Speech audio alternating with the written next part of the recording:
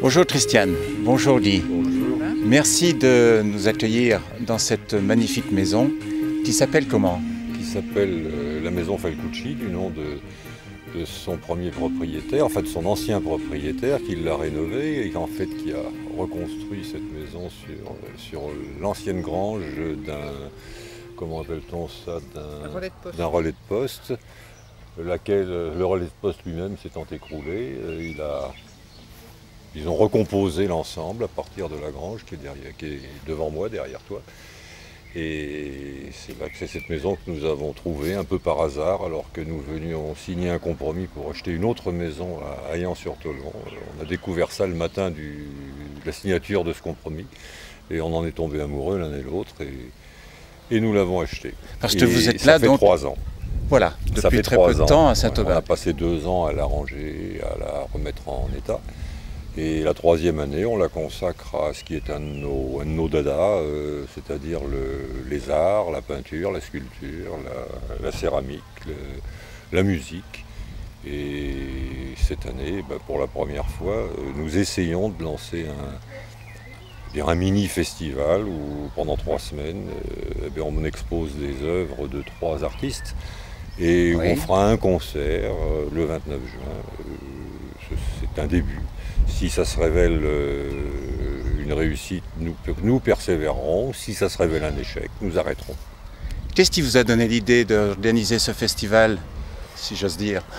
Le cadre d'abord, parce que c'est un cadre exceptionnel. Et puis aussi le goût que nous avons pour les arts. Et ce que nous pensons, c'est que quand on a ce genre de hobby, il faut essayer de le faire partager. Oui. Et vous avez ce hobby depuis... Depuis toujours. Depuis toujours, depuis ma jeunesse. Et vous êtes spécialisé sur quel type d'artiste Je ne parle pas de spécialisation, ce qui compte c'est ma sensibilité, la sensibilité de Christiane. On va dans beaucoup d'expositions, on connaît pas mal d'artistes et ce n'est pas la célébrité qui font qu'on les apprécie ou non, c'est les coups de cœur qu'on peut avoir pour ce qu'ils font et pour leur qualité humaine aussi, ce qui est très important. Et votre exposition s'appelle Visages et autres énigmes. Et là, la composition est venue du fait qu'on connaissait déjà ces 3 artistes et qu'on a été assez frappés par la parenté qu'il y avait dans leur mode d'expression. Donc on les a fait se rencontrer et l'idée qu'ils exposent ensemble est née au cours de discussions à bâton rompu. Très bien. Quel est votre objectif à plus long terme? Quels sont vos projets? Nos projets, alors là encore, c'est fonction d'une part de la réussite, d'autre part des possibilités financières qui seraient données à une association qu'on ambitionne de créer avec l'accord et la participation du maire et de la municipalité. L'objectif, ce serait de développer ce que nous avons fait à une petite échelle cette année, de le développer d'abord dans le cadre de cette propriété, mais c'est un pis-aller. Ce que l'on espère, c'est que ce soit l'ensemble de Saint-Aubin, et plus particulièrement le Moulin du Berceau, qui soit le siège d'une part d'expositions, de concerts, et que plus généralement Saint-Aubin devienne un véritable village d'art et de tradition, c'est-à-dire un village dans lequel les artistes exposés, les artistes du pays, les artistes authentiques, c'est-à-dire ceux qui vivent exclusivement de leur art, puissent prêter, léguer, donner, mettre en dépôt des œuvres qui pourraient être mises en place sur un certain nombre d'endroits particulièrement jolis dans le village. C'est vrai que ce village est magnifique et ça serait une première approche. La seconde, c'est de développer aussi ce qu'il y a de traditionnel dans le village. Je pense au peintre Falcucci et à ses œuvres, il y en a dans l'église, mais je pense aussi au bas d'hôtel qui est du 15e et qui est un admirable bas d'hôtel en bois dont la connaissance est limitée à quelques personnes. Je pense aussi à ce qu'il y a dans la propriété de Denis Imbert, un magnifique moulin à huile. Je pense aussi au puits bouillant dont on pourrait valoriser l'aspect touristique. et bien d'autres choses encore qui ne me viennent pas à l'idée. Il y a le four à chaud qui appartient à la LICRA, mais pourquoi pas ne pas transférer un jour cette propriété à la municipalité, en sorte que ce village qui est déjà très vivant par ses nombreuses associations internes et qui essaye de favoriser l'accord et la mixité entre les gens du pays et les nouveaux arrivés, souvent des Parisiens, souvent des gens étrangers, qui essayent aussi d'occuper les jeunes et de leur donner des raisons d'exister et de se grouper et de travailler ensemble. Je crois que ce qu'il faut maintenant, c'est aussi développer la connaissance du village en dehors des environs, dans l'ensemble du département de l'Yonne, et même sur l'ensemble, pour les Parisiens et pour tous les gens qui s'intéressent à la nature et qui s'intéressent aux arts. Merci. Donc si j'ai bien compris, votre passion de l'art, de tout ce qui est musique, tout ce qui est céramique ou bien peinture, vous essayez non seulement de la faire connaître à vos voisins, mais en même temps de valoriser l'environnement que vous avez trouvé ici à Saint-Aubin. Tout à fait, c'est exactement ça. D'ailleurs, je ne suis pas le seul. Je voudrais citer Guy Janssen, qui est chef d'orchestre à Bruxelles et qui a acquis une maison ici il y a 2 ans. Et qui est tout prêt à mettre en œuvre ses relations et ses compétences pour développer un festival de musique ici,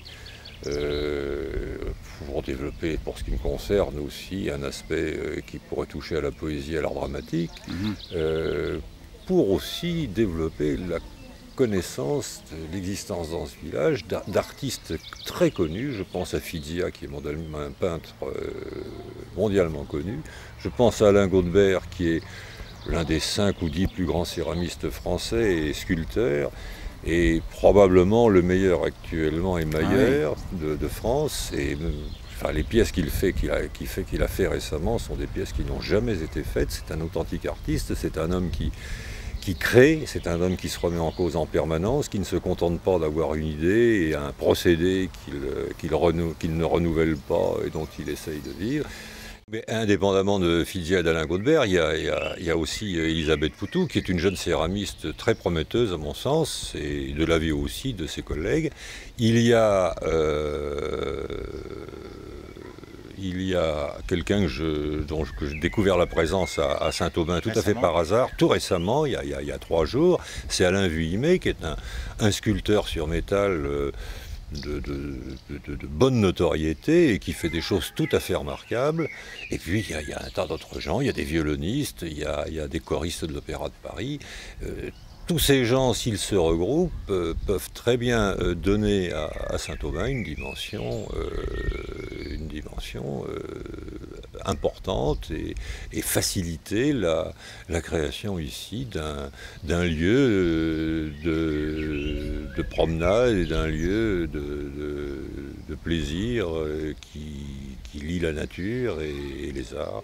Et ça serait un peu notre objectif. C'est cela, donc tous ces trésors cachés que vous avez vous-même découverts, vous êtes en train de nous en faire profiter.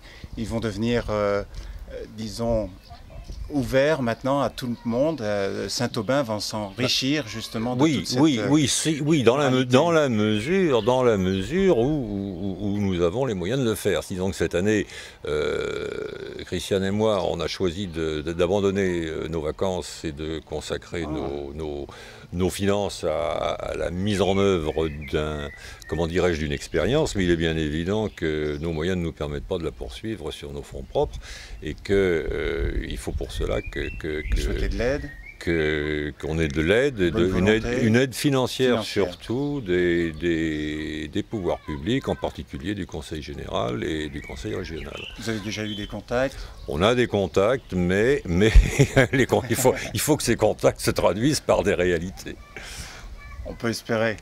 J'espère, mais il faudra que tout le monde s'y mette. Déjà, le succès de l'exposition engage bien sur l'avenir. Écoutez, le succès, oui, on a eu 250 personnes le jour du vernissage, on en a eu une centaine le lendemain, quelques visites en semaine, et encore une bonne centaine de personnes le dernier week-end. Et il y a encore 2 week-ends donc avec le concert. Et si au concert il y a plus de 100 personnes, je crois qu'on pourra s'estimer satisfait. Christiane, Guy, merci beaucoup. Je suis sûr que toute votre énergie dépensée sera profitable et nous permettra nous aussi de profiter largement de toutes ces expériences. Merci beaucoup. Merci.